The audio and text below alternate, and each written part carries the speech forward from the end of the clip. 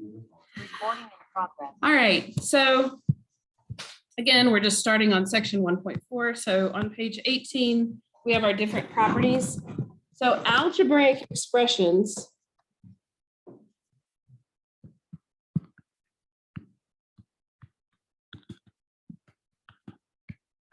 what's the difference between an expression and an equation? Right. So an algebraic expression is just, whatever, a collection of variables and constants. It's just a collection of terms. It can be just one of those. Even 2x squared is an expression, but you have no equal sign. So in order to use the properties of equality, you have to have an equal sign. So your equation is something along the lines of, x plus 2 equals 2x plus 4 minus 2, like that. So you've got that equal sign. All right. So the truth of a couple of things here. So some equations, such as the one I've given here, are true for any value of the variable. So you can plug in any number here and you're going to get the same thing on both sides. But there are closed or conditional equations, excuse me. The truth of a conditional equation or open equation, such as x plus 4 equals 7. So this is conditional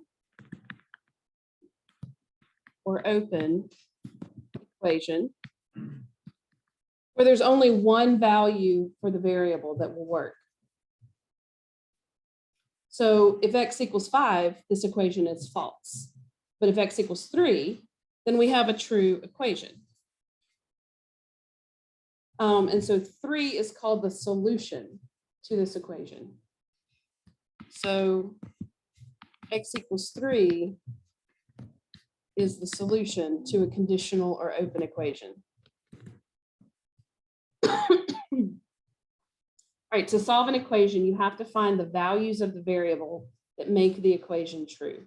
And then the properties that they have in the box there cover that. And all of those, for the most part, should be quite familiar from last year. You have the reflexive property, the symmetric property, which you see all of these in examples, transitive, addition, and multiplication. And then, like we saw in our bell ringer, you have other forms of you have like the identity, inverse, commutative, and associative properties of addition and multiplication.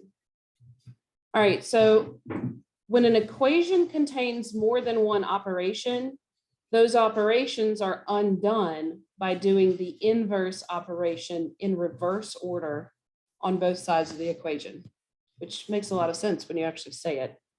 Not, but when you can see it work, you can see what we're talking about. This should be pretty familiar. So if we're solving something simple like 5x plus 12 equals negative 18,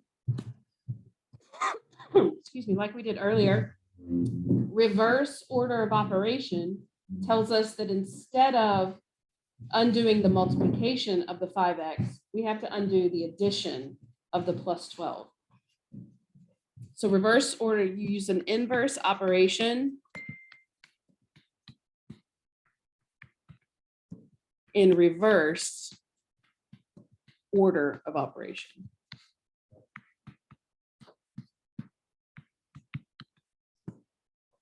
So what is the opposite of plus 12? Minus 12. We end up with 5x equals negative 30. Then, so again, the reason the multiplication property of addition works here is because technically we are multiplying this times its reciprocal, which is 1/5. So those just cancel each other out and we're left with x. this is times 1/5. And you end up with x equals -6. Crazy that you do times 1/5 rather than dividing by 5. You can certainly just divide by 5. But if that were 2x over 3, you could multiply both sides times 3/2, and it does help save you a step. All right, so the distributive property, which was a huge hang up for a lot of you on the last quiz, is often used to simplify both sides of a more complicated equation. Then you go back and solve it for the variable. So if we have something like example 2, -3 times x plus 2 equals 4 times x plus 18 minus 1. Then similar to the when you had a fraction bar separating a numerator and denominator, where I would simplify one, then the other, then put them back together, you would do the same thing here. So we're going to simplify the left side by distributing that -3, and we end up with -3x minus 6 equals 4x plus, so 4 times 8 is 32, and so 72 minus 1. So we're still going to simplify the right side. 72 minus 1 is 71.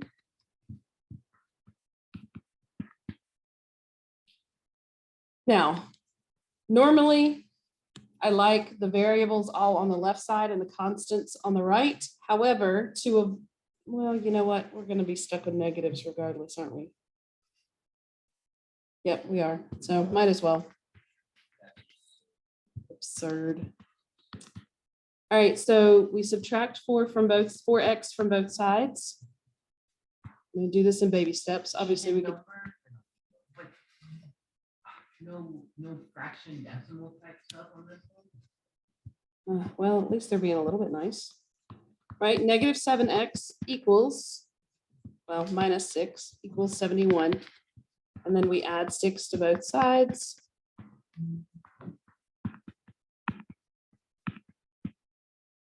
And last step, we divide by -7.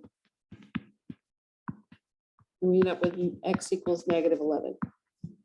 So again, a conditional equation where the only solution to this one is that x equals -11. And then, of course, to check, you just plug in that value for every for x, and you'll find that the equation equals 27 equals 27.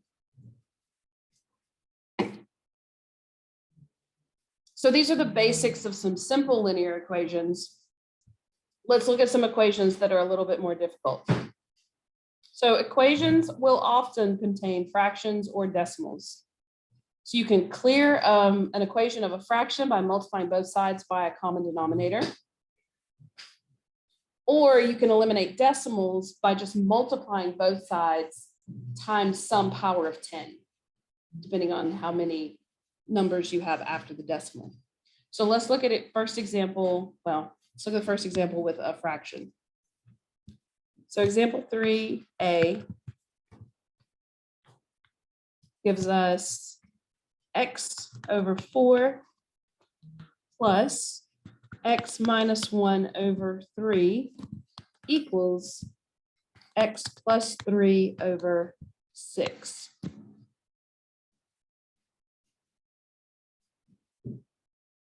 What else is missing? Gabe's out, Olivia's out, Grace is out. Oh, okay. Okay. All right, so what is a common multiple, the smallest, least common multiple of 4, 3, and 6? 12. Now, the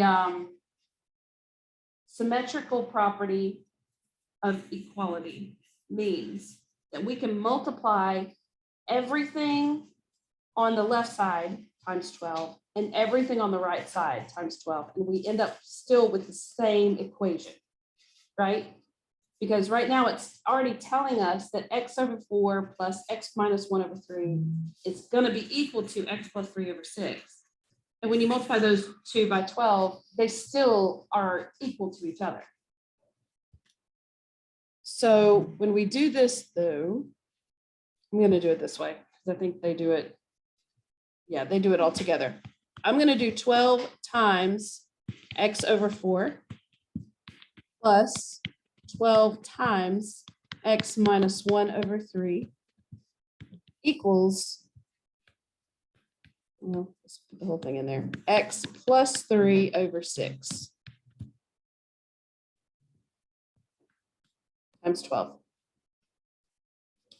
Because otherwise, I'm afraid that y'all will kind of miss where some of our this distribution needs to happen, distributing. All right, so in this case, the 12, like, right, the whole point is that all of our denominators become 1. So 4 goes into 12 3 times, and 3 times x is just 3x. 3 goes into 12 4 times. So this is 4 times the numerator. And then 6 goes into 12 2 times. So this is 2 times x plus 3. So that's how you get what you see in the example 3, where it's 3x plus 4 times x minus 1 equals 2 times x plus 3. You make sure that you distribute that 12 to every separate term within the parentheses. So now we distribute again.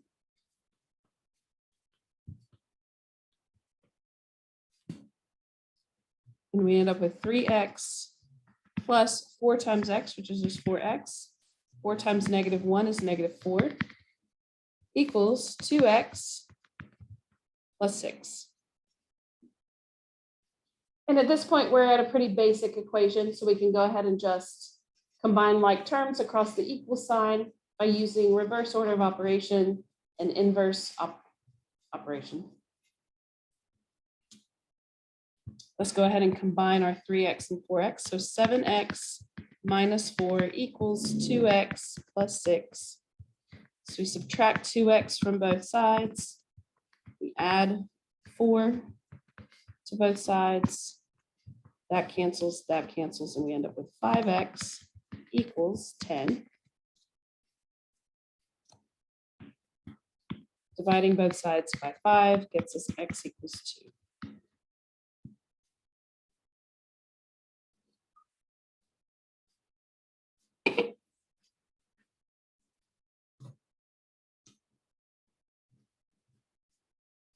Good, easy. Do you remember this? I'm sorry to hear that. Showers will help. She's the one who gets her feet all over your chair. I don't know if you've ever seen that, but she will get her feet up and she will grip around the chair with her toes. It's absurd.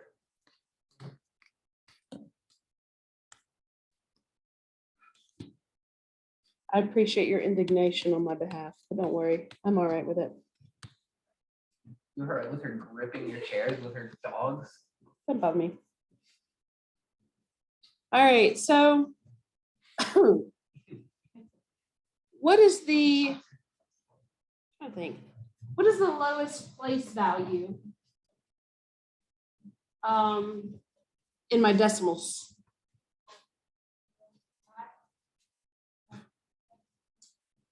So anybody know what is the place value of that 5? The hundredths place. Because we don't have once, right? We start with the tenths. So tenths, hundredths. Yes. So because the lowest value is a hundredths place, that means that we divide both sides of this equation times what to get rid of all of our decimals? 100. Yes. What? Right. Y'all remember this from algebra?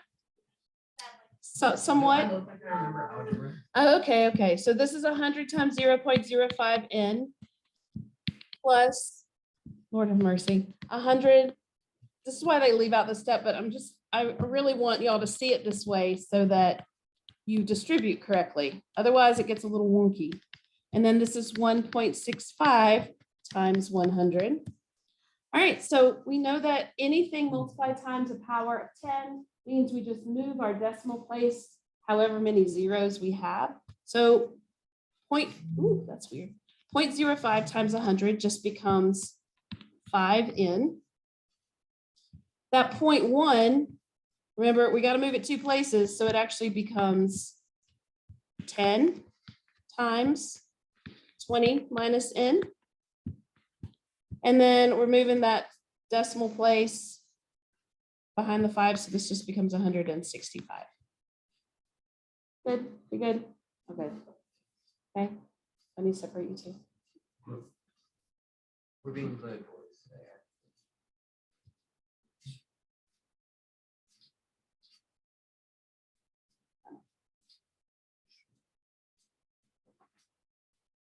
Okay. So now we need to distribute. 5n plus 200 minus 10n equals 165. Combine your like terms. You end up with negative 5n plus 200 equals 165. Now it's just the basic stuff. More negatives.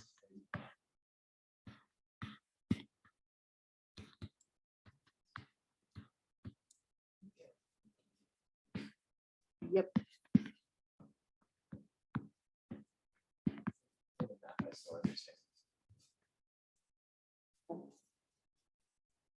Are y'all good? Raise your hand if you are totally lost and have no idea what we just said. Okay, good.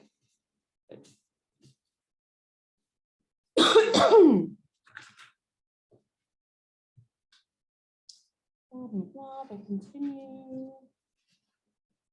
Okay.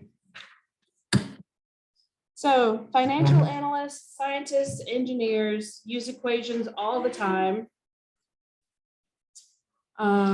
Welders use equations all the time. Machinists will use these anytime that you're having to apply heat to something. There's always a sort of a reaction formula.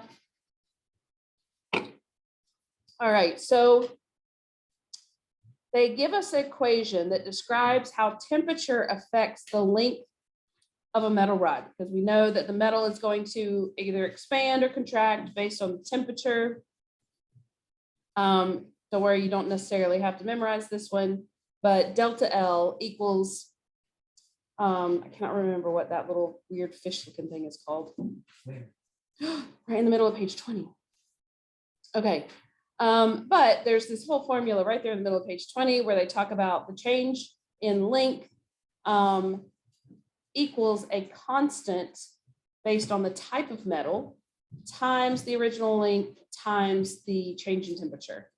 And it helps them determine how large expansion joints need to be for things like bridges and roads that keep them from actually breaking. All right, so we use those kind of equations that are called literal equations. There have been a lot of tears the past couple of years when my algebra classes started working with literal equations. And I don't understand why, because they're so easy. You just plug in the ones you know and then solve for the one you don't know. Only letters. Usually, sometimes there's numbers thrown in there. We did do these last year, hence the I'm remembering the tears. So we're gonna do. Yeah. So what you do is you use your basic properties of equality to then solve for a particular variable. And so you can manipulate these based on the commutative, associative properties, as well as the transitive, symmetric, and reflexive properties. All right, so let's look at our example here. Example 4, guys, chill. We want to solve 7x plus 18b equals 5b minus ax for x. So what that means is when we are done, we will have x on one side of our equal sign and everything else in the correct order on the other side. Yes. So we have to be careful though, because, wait a minute, hold on. 8. So what we have to do is we have to separate x away from everything else. So what two terms in this equation carry the variable x? 7x and the negative ax. So what we need to do is we need to get that 18b over, combine it with the 5b, so those can simplify. And then we need to move that negative ax to the left side of our equal sign, so it's with the 7x, and then we can extract or distribute out the x. So anyway, enough said. Let me show you how we do that. So first off, let's go ahead and get that 18b over. So I'm going to subtract 18b from both sides. And hopefully you remember that these are unlike. So we subtract and our solution is going to be negative. So this is 7x. I'm going to go ahead and add this ax to both sides too. Just 7x plus ax. Should I not do that? Did I just confuse everybody? Okay, okay.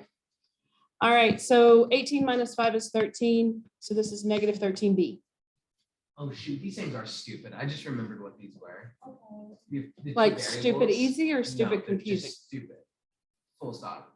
Work with me here. I'm Write it down. right now, I won't remember. Okay, okay, fair enough. All right, so now we can distribute out an x. So it's like it's like the distributive property in reverse. So if you take out an x, you're left with 7 plus a. Everybody see where that leap of logic just came from? We're good, we're good. Because now what can we do to isolate the variable x? Divide what Oh by my what? God. X over you do the fraction thing. And what do we put in the denominator? The X. So, What's with the x that we want to make go away? 7 plus The 7 plus a. 7. That's what you meant. Okay. This is not how God intended Crocs to be worn. He wanted socks with them. Shush. All right, so we are going to divide both our numerator and, oh my gosh, we're going to divide the left and right by the 7 plus a. I didn't really need that parentheses on the bottom. These cancel each other out, and we're left with x on the left and negative. I'm just going to put the negative in front because it doesn't really matter, right? 13b over 7 plus a. Negative. That's the answer. Okay, so here's the thing though. The reason because you're doing this is because they're going to give you a value for A and a value for B. So that way, all you have to do is plug them in and you have negative 13 times whatever B is over 7 plus whatever A is. And then you have an actual value for X. Why would we just- Oh, this is everything. What did you use this for? Besides math class.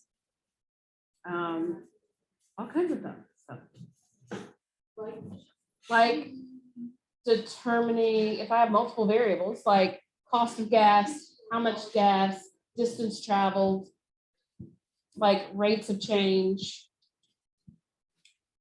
If I want to find out how long it's going to take to get somewhere, knowing what the average speed limit is for my whole trip. Just look at your Google Maps. Yeah. It tells you. This is what Rachel does. I don't care what Rachel So does. vile. No, it's not. I don't say yours are vile. Yeah, 'cause they're nice. Let it go. No, they're not. All right. Quit distracting the class. If y'all stop paying attention, I'm going to stop letting you redo your quizzes. So don't distract your classmates and don't interrupt me. I don't care about your feet. I care about whether you learn this and whether it makes sense to you. And considering the grades that I've had to look at over the past week, I'm a little aggravated that you're not taking how you're doing in this class more seriously.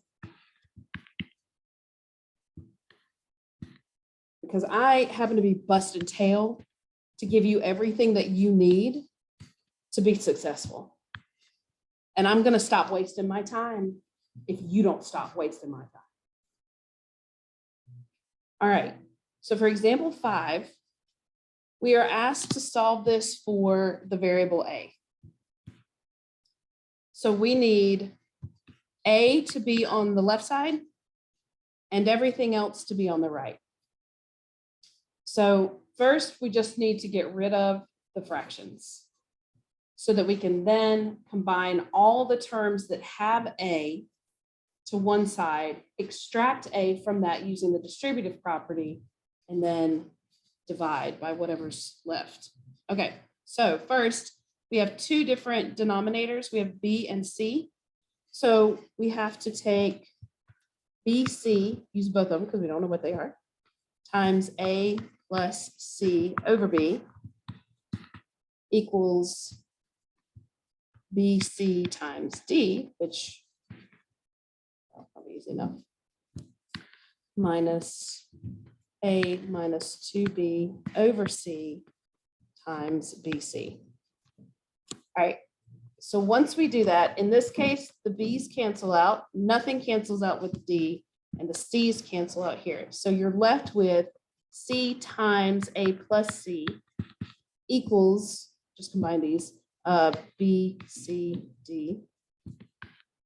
And then this one is b times a minus 2b.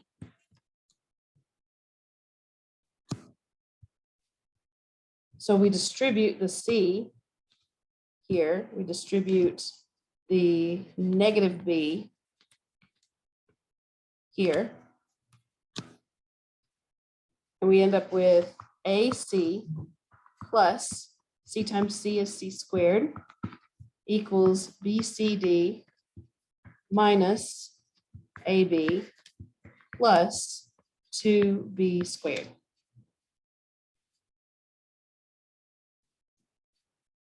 So once y'all get that written down, anybody confused on how I got from the top part with the parentheses to the bottom part? Go ahead.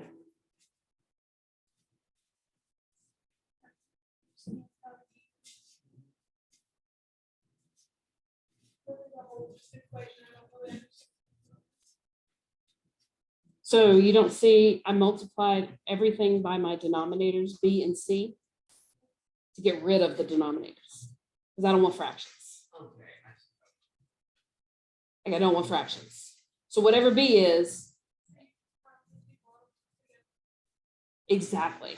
Because like if one was 2 and the other one was 5, I would have to multiply every term times 10 to get rid of that 2 and that 5. Everything is multiplied by BC. b and c. Right, So right. Because the one that had b as a denominator, the b cancels out and whatever c is left over. okay. Just like I said, if that was a 10, because I had a 2 and a 5, the 2's would cancel each other out and I'd be left with the 5 out of the 10. And then over on the other one, the 5 would have been canceled out if c equaled 5. Right. And the 2, that is the b, would be left over. Okay, I see. But then d would have to be multiplied times 10 by both the 2 and the 5. If b equal 2 and c equal 5, just as an example. So we're left with whatever's a remainder that after we've canceled part of the denominator. So I got rid of the denominator, but then I had to distribute the c into the a plus c and the negative b into the a minus 2b. And of course, c times c is c squared, and b times b was b squared, and a negative times a negative gave us a positive. All right, so still focusing on the fact that we need to isolate our variable a. We have one term on the right that still has an a, and then we have a term on the left that does not, that we need to get rid of. So I'm going to do this in 2 steps. I'm going to get rid of this c squared. This goes over here because it has no like term. So I'm left with AC equals BCD minus AB plus 2B squared minus C squared. Why don't you just put it over there and say, Say again. why don't you just put Because I'm subtracting it. And I'm subtracting it from both sides. So it gets it away from, because I'm not combining it with another term, but I'm tacking it onto the end of my polynomial. You have to do both sides, so you did the one. Right, because as long as I do it to both sides, it is equal. Because again, if that c squared, let's say it was the c equals 2, right? So that would be a 4.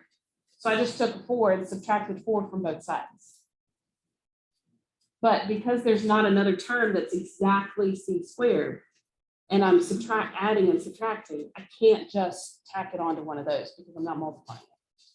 I'm subtracting it. Now, this guy right here is our other term that has an a, which is what we're trying to isolate. So I need to move that every time.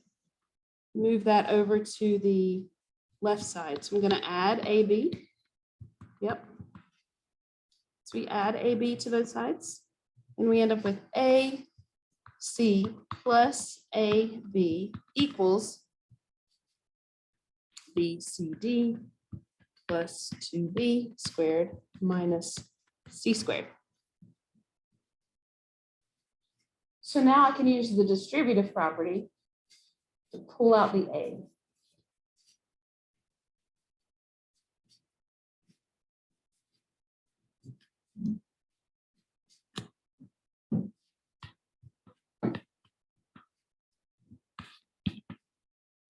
The side stays the same.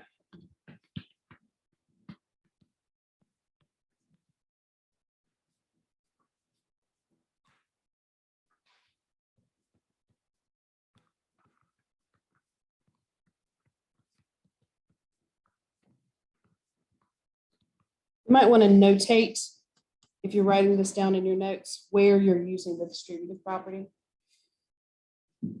How you get from AC plus AB to A times C plus B. Because that's definitely one of those things where you're like, okay, I know what she did now. And then you go home and try to do it in homework. And you're like, I have no idea what to do. And then you get a quiz in front of you. You're like, nope, no idea. So this at least gives you somewhere you can look for that distributive property and how it works the other way around than what we're used to.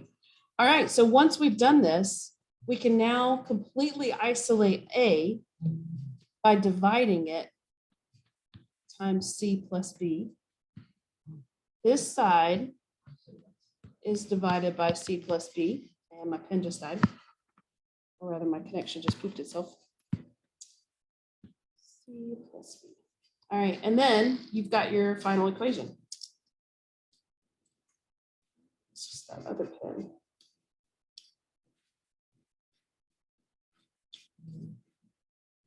C plus B. Whoop. These cancel out.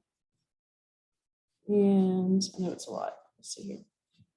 Up here at the very beginning, I have A equals BCD plus 2B squared minus C squared divided by C plus B.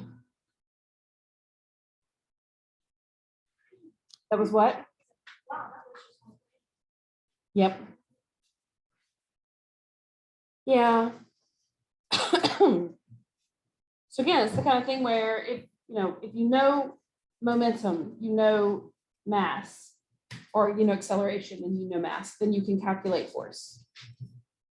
But you have to have the equation set up. So force equals acceleration times mass.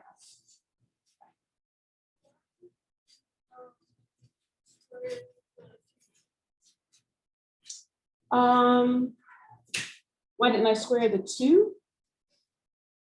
So the 2b came from negative b times a minus 2b. So I'm not doing negative 2 times negative 2. I'm only doing negative b times negative 2b. So the 2 stays the same, except it changes to a positive, but it's the b that I'm multiplying times itself. Does that make sense? So that's why it doesn't change to 4b. Okay. All right, what time is it? Whew.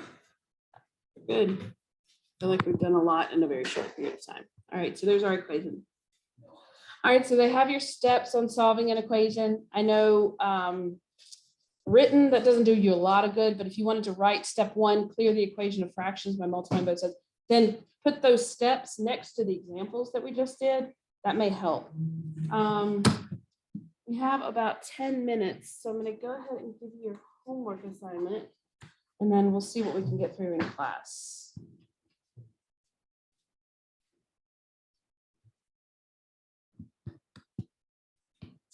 Homework. I think they're all on just page 21, but it's numbers 2 through 8, 9 through 19, and 23 through 35 odd.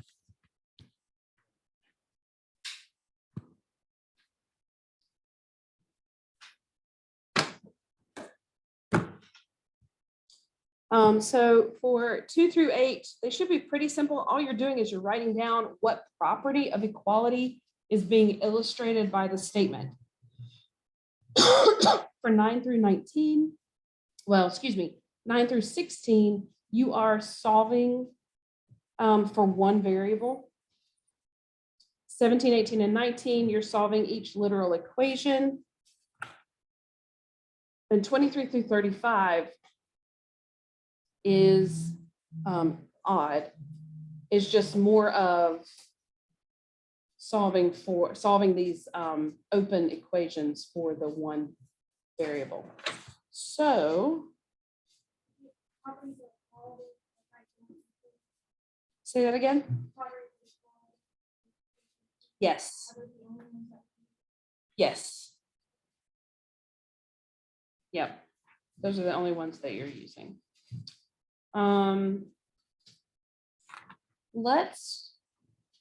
I know, I'm sorry, it will make your homework a little bit wonky, but I'm okay with it if you are. Let's start with number 23 and maybe work on those harder ones together. So you've got some examples, and then, because I think everything else, for the most part, you can go back and probably get figured out. Okay, so just number them. So, you know, you've got 23 at the top. So 23 through 35 odd. Number 23, we have 0.6 times 4x plus 12 minus 0.8.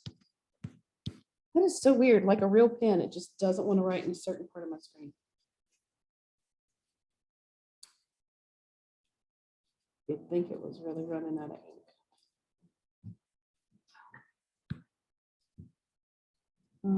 Minus 0.8 times x minus 4 equals 26.4. All right, so what's the first step that we want to do here?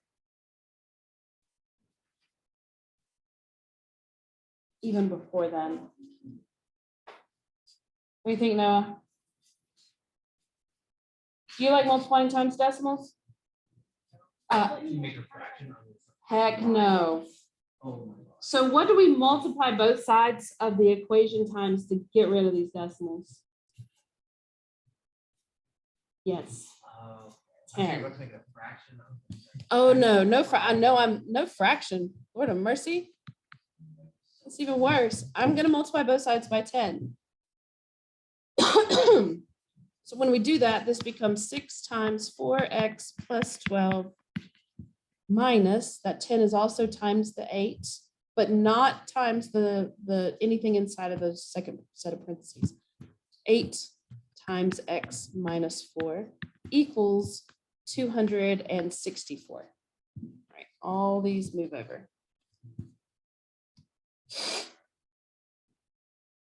All right. So once you're done getting that written, Braylon, show me what I need to distribute.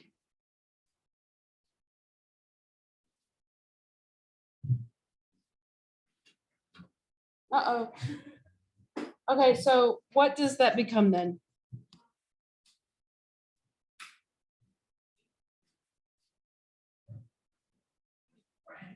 So 24x.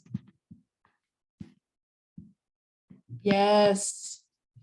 Distribute the whole thing. All right. All right, and then Annie, what do I distribute next?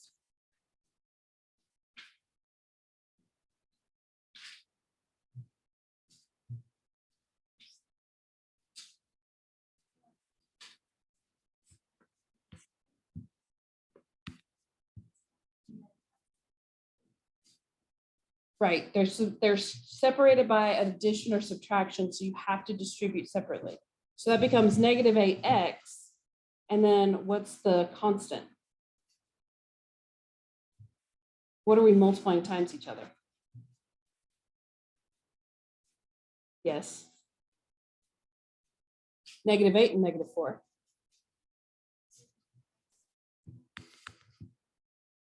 Yes.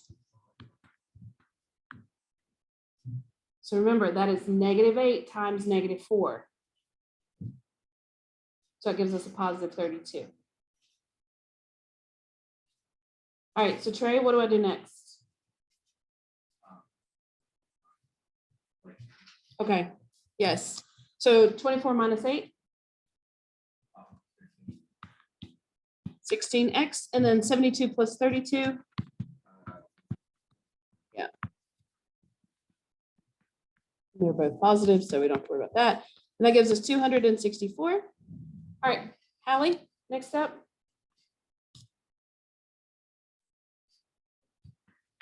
Yes, get rid of this 104. And we end up with 16x equals, that's a 0, that's a 6, and that's a 1. So when we divide both sides by 16,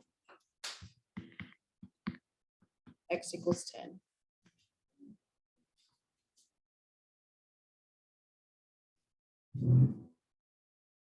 All right. I'm afraid not. But I feel like that was probably the hardest. That was the only one where we had to like get rid of a decimal.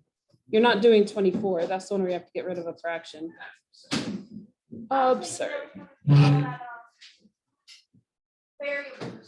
That's the literal equations are numbers 17, 18, and 19. Yep. Mhm. Of the homework assignment or the book? The book, okay. Yes, yes, you may. All right, and let me stop my video.